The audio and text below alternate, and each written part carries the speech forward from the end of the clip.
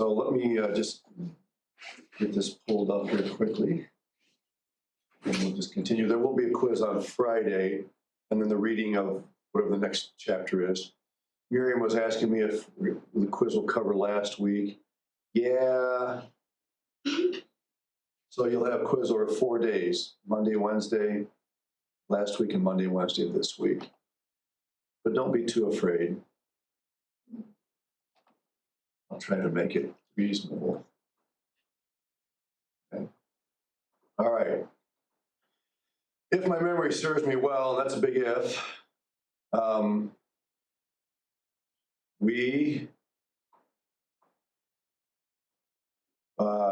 we were on the second.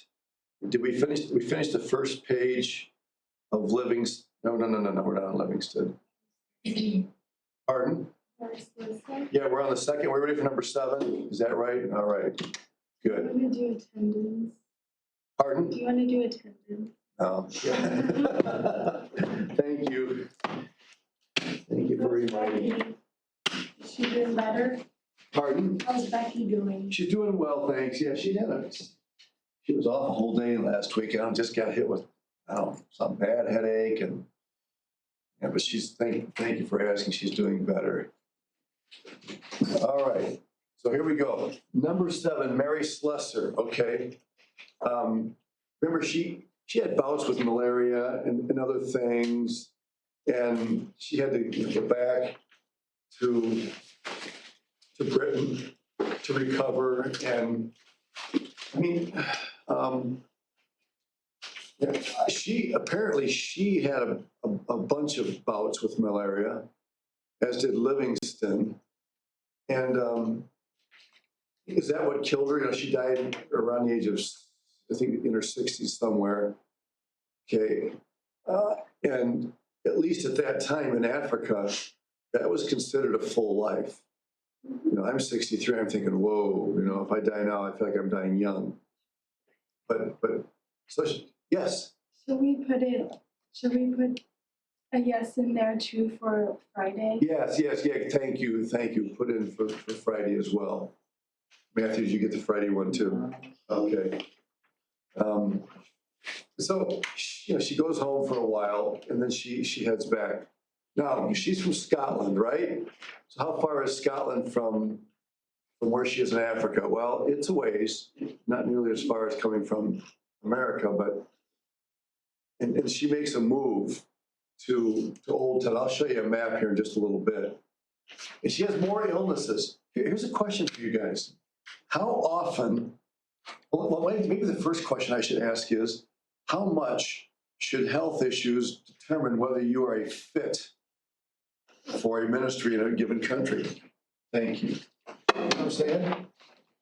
Is health a major consideration? For instance, if you're going to a country where you know you're going to struggle with allergies or some other problem with health, should you view that as an indication that maybe God doesn't want you to go there? Maybe choose a country where you're not going to experience as many health issues. What do you think? I feel like you should. I don't know. I feel like it could really hurt your ministry if you're constantly struggling with health issues and you're in an area where you don't have resources to get help with that. Mm-hmm. So you think you should what? You should stay in an area that would be safer for you. Okay. So yeah, and I realize there are a lot of factors that can influence this decision, okay? So I'm asking it kind of as an open-ended question. Anybody else want to comment on that? I think so too, because if whatever you're struggling with doesn't really affect, not that it cannot affect your ministry, but if that's really time consuming and you can't do stuff to reach people or whatever you're doing in your ministry because you're sick, then maybe it's there's a better way to share the gospel with other people, to go somewhere else. Mm-hmm. Because then it's not really helpful if you're, can only stay at home or whatever. Right. And can't really go and work with the people. So it might be good, like good to consider that whatever to like make. But it doesn't mean that you like have to go back home Right. completely, but maybe like find somewhere else you can work with that. Yeah, yeah. This is a tough question. It really is. You don't, I mean, if you have a tendency to have a weakness in your health in some area, you don't want to go somewhere where you're going to be a burden to your colleagues, just put a drag on them. When it comes to malaria, it really doesn't matter how good your health is. You have a really good chance of getting malaria no matter what. You know what I mean? I mean, she got malaria a lot, and so did Livingston, and they both died in their 60s. Well, I think Livingston was in his 60s, right around there. Which, so it's not an easy question, and I think some of it comes down to how strongly you feel that God wants you there. I mean, there were missionaries in this time period that would pack all of their belongings when they traveled to Africa inside of a coffin, so that if they died of malaria or something else, people wouldn't be burdened with having to buy or make a coffin for them. I mean, that sounds morbid, doesn't it? Can you imagine being a missionary and going somewhere, instead of using suitcases, you pack everything inside of a coffin? But they did. So a lot of these people that went to Africa kind of had the idea that I may only be there for a short time. And a lot of them considered themselves as people who were preparing the way, okay? Putting little bits of, little by little by little, a large number of people opening a way. In fact, do you remember reading that she didn't really have very many converts personally? She didn't really lead that many people to Christ, but she viewed herself as someone who was preparing the way for others to come later on. It's a very interesting mindset. You have to really be convinced that this is what God wants you to do, So she has to go back and take a 3-year furlough, and she takes an African baby girl with her, and that little baby girl kind of becomes for lack of a better word, a showpiece. Somebody that she could use to tell about the work there and the people there. That wouldn't work today because there's so much interaction with people of other countries today that just isn't going to mean anything. Well, then her mother dies and her sisters, and she becomes very lonely. Now, here's a question. Why would she become lonely now? She's been away from her mother and sisters anyway in Africa. So why should their death create loneliness? Because then you wouldn't have anybody to like write back or talk about your experiences. Exactly. It's just a reminder, Laurel, that geographic separation is only one kind of separation. They still had a relationship. And I remember going to the field, and there were times when I would feel like, oh man, am I going to be here the rest of my life? Especially at the very beginning when you're adjusting. And just knowing that you can call somebody or write to somebody really gives you a sense of belonging, that way. So her mother and sisters die, and she becomes very, very lonely. So what does she do? How does she deal with her loneliness? Well, one of the ways she does it, she's very adventuresome. Remember her home life? She had a very broken home, and she had to learn to do things. She had to learn to be a risk taker early on. So she goes interior, and we talked about this last week. The fact that she was a woman made that easier, right? Because she wouldn't be a threat to any villages that she visited. But she did that for 25 years, traveling, and she became about as African as Hudson Taylor would become Chinese. Hudson Taylor believed that he should be look, dress, everything he possibly could be to be a Chinaman. She did that in Africa as well. Now she's redheaded. a redhead in Africa is going to stand out, And she was very highly respected to the point where, and again, I'll show you a map here of this in a moment. In one of the cities where she served, she was actually appointed to be the vice consul. Does anybody remember why? What characteristic about her made that happen?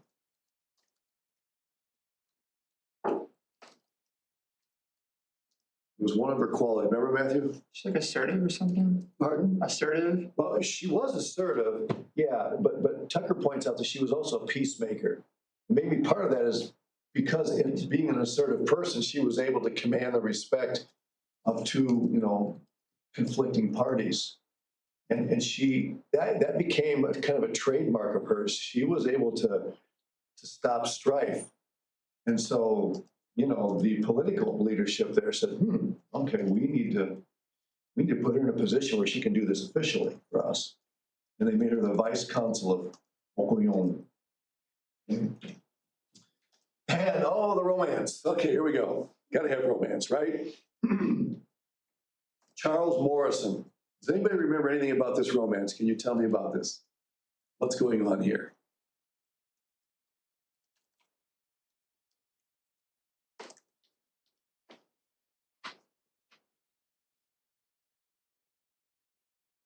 I know that you read this because I'm behind. What do you remember about Charles Morrison?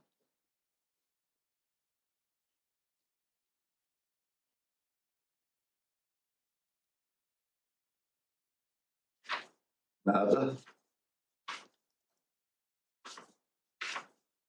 Didn't she tell him that he wasn't like on the same page as her theologically or something like that? I don't think that's Morrison. Maybe, I don't remember reading anything about theological differences. Am I wrong? Could be. I don't know. They all run together. Yeah. The big issue was health on his part. He actually proposed and she accepted. So they were going to get married. Okay. But she says down here the marriage never took place. His health did not even permit him to remain in Duketown. And for her, missionary service came before personal relationships. So that's, now this is Tucker's little comment, right, her opinion. She says, she was probably not suited for marriage anyway. That's Tucker. Her living habits and daily routine were so haphazard that she was no doubt better off remaining single. Again, that's an opinion from the author, and that's fine. She was he was European. She was very much more African than she was Western. I mean, that was to her advantage as a missionary. And there are some people that say, David Livingstone should have done the same thing. He should never have gotten married because the kind of work that he did was much better done by a single person. Well, yeah, but can't put God in a box. So that marriage didn't happen. She ends up dying in a mud hut for 40 years in Africa at the age of 66. There it is, 66. Yeah. And if you remember the story, one guy that came to visit, but she was taking them on a trail to show them some places, and he asked permission to walk ahead of her because she was dressed very minimally, and the clothing kind of clung to her, and so this guy said, I'd like to walk ahead. You tell me to turn right or left, but I want to go first. So, but she wasn't immoral. She was just very African. Very relaxed that way. Okay. Here's where on page 174, she says, although she was highly respected as a judge and civic leader, she reported few conversions. She viewed her work as preparatory and was not unduly anxious about her lack of converts. Just a good reminder that God uses everybody in a different way. What somebody else is doing as a missionary doesn't make that the ideal missionary. It just means that that's how God is using that person. Okay, there's a couple pictures of her. And I don't know how old she is in these pictures. She appears to me that probably because of the sun, just the African, climate and lifestyle and malaria, she probably is a lot younger in this picture than what she looks. And then here's one down there in the corner with some of her kiddos. So would I recommend that one of you ladies go as a single gal out in the middle of Africa? I probably wouldn't, but I would also recognize But if you were convinced God wanted you to do that, who am I to hold you back? I just can't do that. Here, okay, you can see where she is in the continent right here. It's modern day Nigeria, actually. See the rivers there, the Niger River, and she ends up, going up into where is Okoyo is this region right here.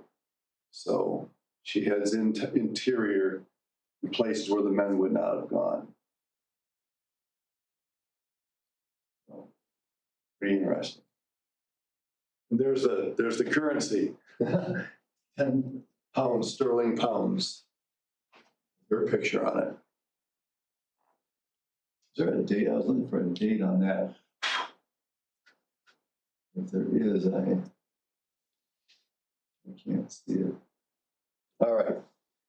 We're going to shift now from Africa to China. Okay? So let's talk about China. By the way, just excuse me, I don't want to belabor this subject, but when it comes to singleness, and a lot of times, ladies especially, men can struggle with singleness as well. But as you know, culturally, it's easier for a guy to be going after a lady than vice versa. Okay? And sometimes people have asked the question, is it sinful for a single gal to feel lonely and long for a husband? And I've talked about this a time or two in the past, but probably good to bring this up. I would say it would be really, I think it would be really short-sighted to say that Mary Slessor didn't struggle with that breakup. I mean, she was engaged to be married. So her entire life was undergoing transition. And all of a sudden, it becomes obvious that this isn't going to happen. And her mom, remember her mother and her sisters died. So I think she felt a void, and that has happened with others. And some people who never find a husband have really struggled. And my opinion is that struggle is not sinful. It's what you do with the struggle that makes the difference. And I worked alongside some colleagues that never got married, and they wrestled with singleness.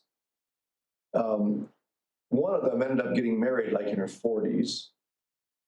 This was a Brazilian gal.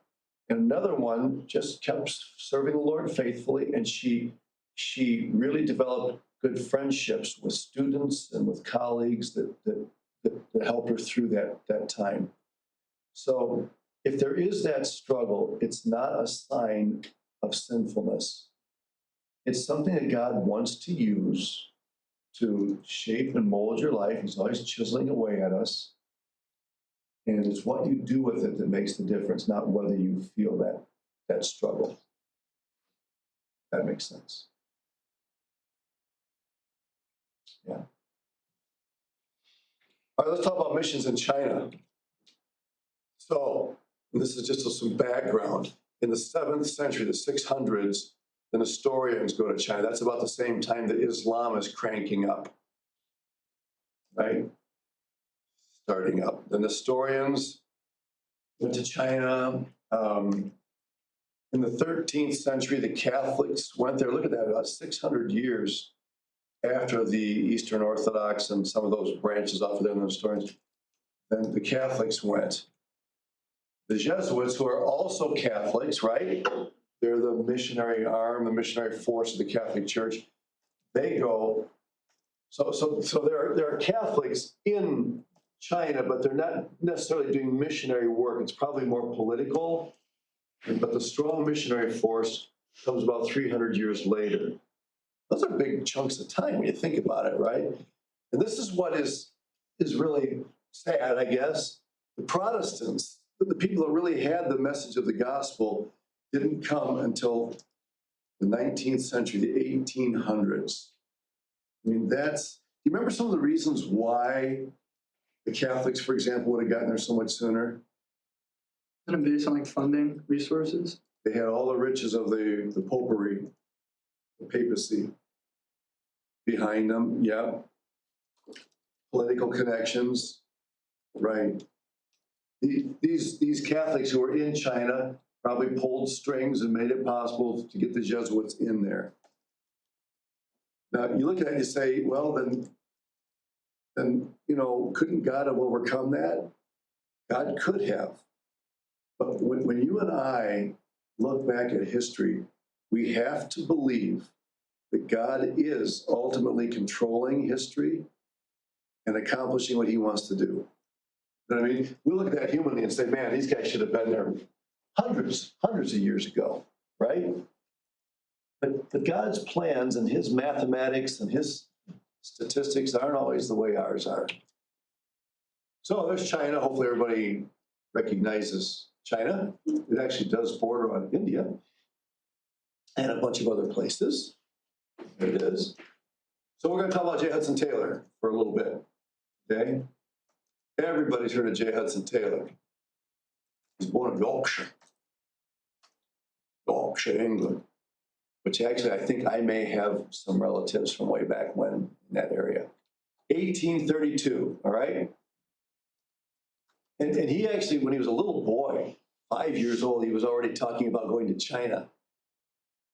But he wasn't saved until he was 17. And there was the influence of gospel tracts that he got a hold of. He had godly parents that made a difference in his coming to Christ. But even with godly parents, it wasn't until he was 17. His parents probably agonized over that for a while. Did all of you come to Christ when you were young children? Did anybody come to Christ later on? I mean, I was 12. Okay, So, all right. I was 14. He wanted to study medicine. Okay.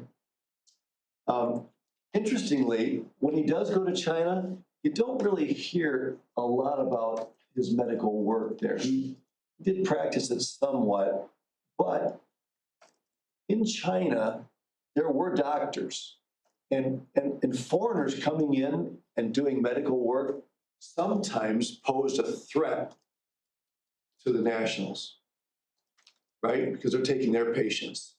So depending on the country, I mean, Africa, where they had really poor conditions, then doctors were much more welcome, okay? Especially when the alternative was the witch doctor, But in a place like China, there were doctors, and so missionaries had to be careful about taking business away from the nationals when they came in. Before he ever went to China, he engaged in a program of self-denial. And I sometimes get it mixed up with others. I think he was the one, I'm not mixing him up, who actually kept the temperature down, not to use, and he would actually make himself stay away from the fireplace, when he was reading or something, so he wouldn't get too warm. Hope I'm not mixing him up with somebody else. But anyway, it was that type of thing. He tried to eat less, and because he expected he wasn't going to have as generous of a diet when he went to China. So what do you think about that? If you're going to be a missionary, should you just wait until you get to the field and deal with issues as they come, or is it a good idea to do some conditioning before you go?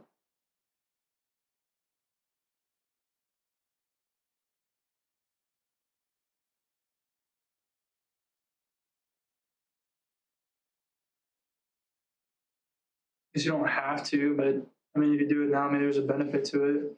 It's not like it's going to make it easier to transition. I mean, I have no idea. Sure. Could potentially help you. Yeah. I think I would not say that you have to, or you're being irresponsible. I wouldn't go that far. But to do this does have its benefits. When it comes to language learning, I'd state it a little differently. It's really, really hard to learn a foreign language when you're not in the culture.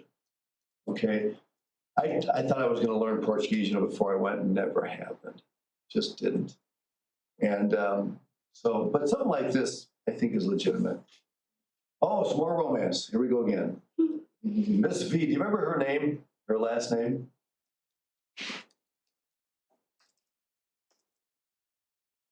Her last name was Vaughn, Vaughn, I think. But he called her Miss V, okay? What does she like to do? She was really good at something.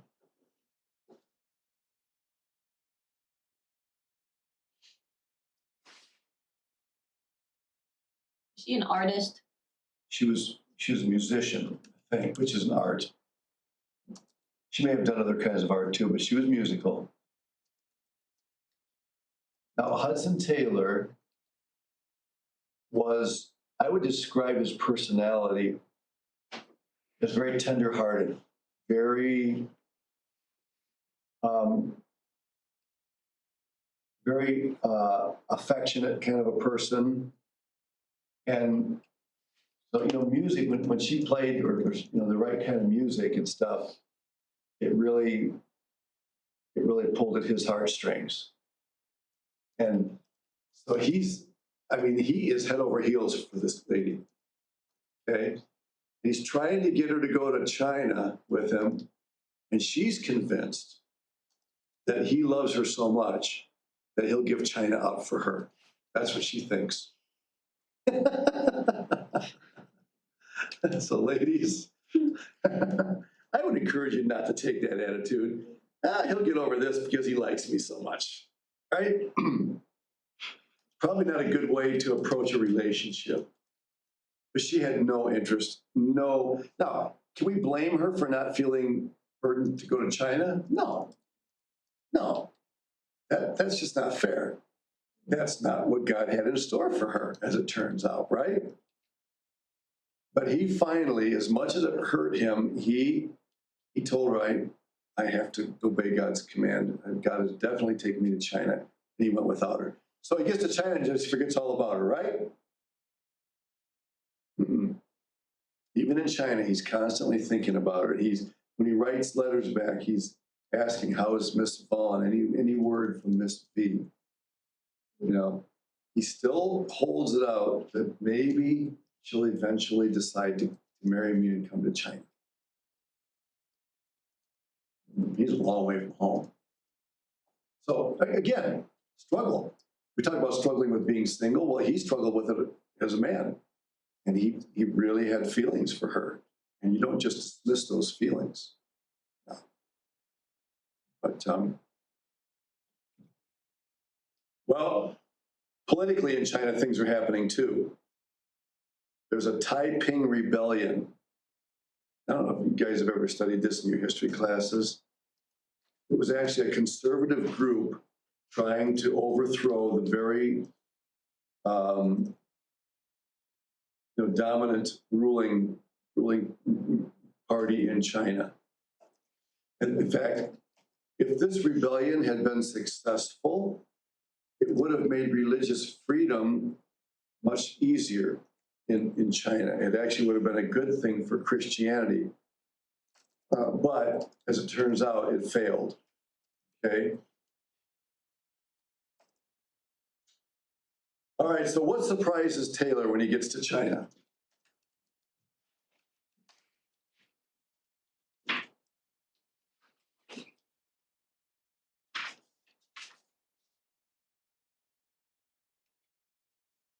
What surprises Hudson Taylor when he gets to China?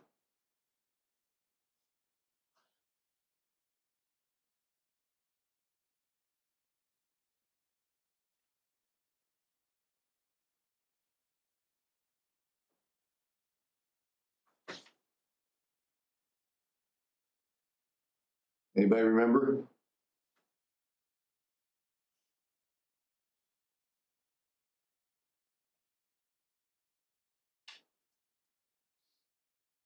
Well, on 188, she says, Taylor, however, was never happy living among other missionaries. In his eyes, they lived in luxury. This is deja vu. It's the same thing that happened with Robert Moffat and his son-in-law, David Livingston, right? The compound idea that missionaries it's like they're living in a little bubble. They're completely isolated from the rest of China. Okay? And he was there to minister to the Chinese in their own culture, and this would not do for him. Okay? He struggled with loneliness. In fact, it says he had trouble learning the language. It says Taylor's efforts to master the Chinese tongue only added to his frequent bouts of depression. He'd struggled with depression. Who else have we studied that struggled with depression? David Brainerd. David Brainerd. Dr. Heron mentioned one of them in his chapel message last week. Judson. Yeah, Judson, when he dug a hole in his grave, he just, morbid thoughts of dying and falling into his grave. Yep. We're going to see A.B. Simpson later on that does as well. So did he. And, okay, this might be an unfair statement, but generally, those who are the more tender-hearted kind of people tended to suffer more with depression than those who were the more strong-willed leaders. That's definitely an overgeneralization. But he was a very tender-hearted guy, and then there's a loneliness because he misses Miss V. Okay.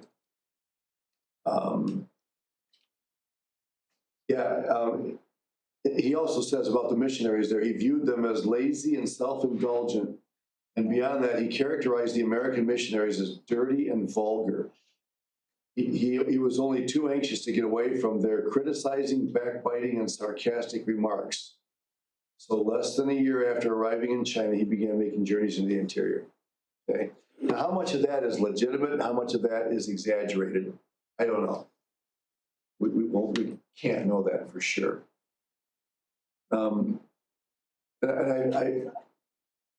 Be careful if God takes you to another country that you don't become critical of the people there and start bad mouthing them. We had some of that where I served. It was never a large amount, but there were times we found ourselves talking down about the nationals in Brazil, and that is never healthy. Apparently, at least in the eyes of Taylor, that was happening way too much among the missionaries there.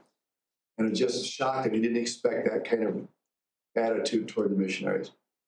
All right, so there's China. I'm going to skip that. Got just a few minutes. Okay, well, actually, let me go back to this just long enough to show you Shanghai. That's the area where he was, okay? So, China's a big place. Shanghai is the area where he is. There's Hong Kong down there, which, by the way, if you saw the monitor over there, that's where the missions trip to Asia is going to take place this summer, Lord willing. Depending on what happens in Europe and Asia politically. So what are some challenges in Shanghai? Loneliness, colleagues. Okay, so I was talking about this, the Chinese Evangelization Society. Finances. Yeah, he also was struggling with his finances. He was sometimes criticized later on for not being very financially responsible. It was not a strength of his, okay? In fact, soon after his arrival, he found himself in financial straits, and so on. And even sometime later on in his ministry, he was actually accused by some people of embezzling money and using it. I don't think that that's a fair accusation. I think it's better to say he just wasn't a good financial manager. And so when you're not a good financial manager, you may use money a little sloppy and cause people to wonder if you're being dishonest. I think that's kind of what happened to him later. Yeah, language study was hard, but he did dive in. I mean, can you imagine learning Mandarin Chinese without a formal, yeah. And he moved out of the housing there because he didn't like the way these missionaries lived, but guess what? He ran out of money. So eventually he has to move back in. It's a good reminder, don't burn your bridges. And when he left, he probably left like good riddance. You guys are worldly and blah, blah, blah. And next thing you know, he's coming back in saying, I have a place to stay, Be careful. Eventually he does leave Shanghai though, and he ends up going up the Yangtze River. Has anybody here read the story of Ping? You ever read that book? Yeah. Ping gets all the spankings because he's late or whatever. That's the Yangtze River. All right, contextualization. So what is it about Hudson Taylor that has to do with contextualization? One of the best known things about him. He tried to make himself as Chinese as possible. Right, right. So I think with Mary Slessor, it just kind of happened. She just lived relaxed and, didn't, with him, it was very intentional. I have to look like Chinese. And his rationale was, I need to eliminate as many obstacles to the gospel as I can. And he felt that being a European in China would be a hindrance to the gospel. So the less I look like a European, the more I look like a Chinaman, the faster I can get to the gospel with these people. Okay? And it's good. Now, what's going to happen is he's going to go back later on with a whole group of people, and he's going to demand that every one of them do exactly what he did. Fix their hair, they have it, and dressing like them and everything, okay? And that's going to create some problems, okay? So a new dress code, yep. Reaction from his colleagues. Yeah, when he went back with the group, they weren't as excited about it. They didn't see the need. They thought he was exaggerating. They thought some of them thought it was almost like he was dressing up and, acting a part rather than just being who he was. That's a good question.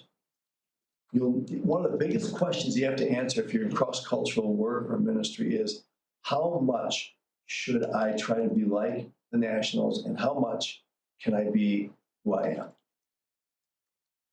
I think I've told you guys all the story about me, cheering for Brazil in a soccer game against Brazil in the US. They're in Brazil. I thought by cheering for Brazil, I would make friends. They thought it was weird. You're an American. Why are you not cheering for the United States? So Miriam, if the US were playing Brazil in soccer here and we were watching it in the student center and you started cheering for the United States, I would think you're weird. Why is she cheering for the United States? She's German, for crying out loud, right? That's the way they looked at me. See? So that's where the tension came into the team there. Not everybody agreed that you should go that far in trying to, almost like he was being fake. He was not willing to be who he was. See? So there was legitimate disagreement there, and there was good arguments on both sides of that. And then we mentioned resistance by local doctors. He tried to practice medicine there, but there were guys who were capable. They were doctors, and he was taking their business. All right. We'll end with this. And he runs out of money. He has to practice medicine to try to support himself. And he ends up having to go back to Shanghai until he can get some more support from England. All right, we'll come back to Hudson Taylor on Wednesday. Thank you all. All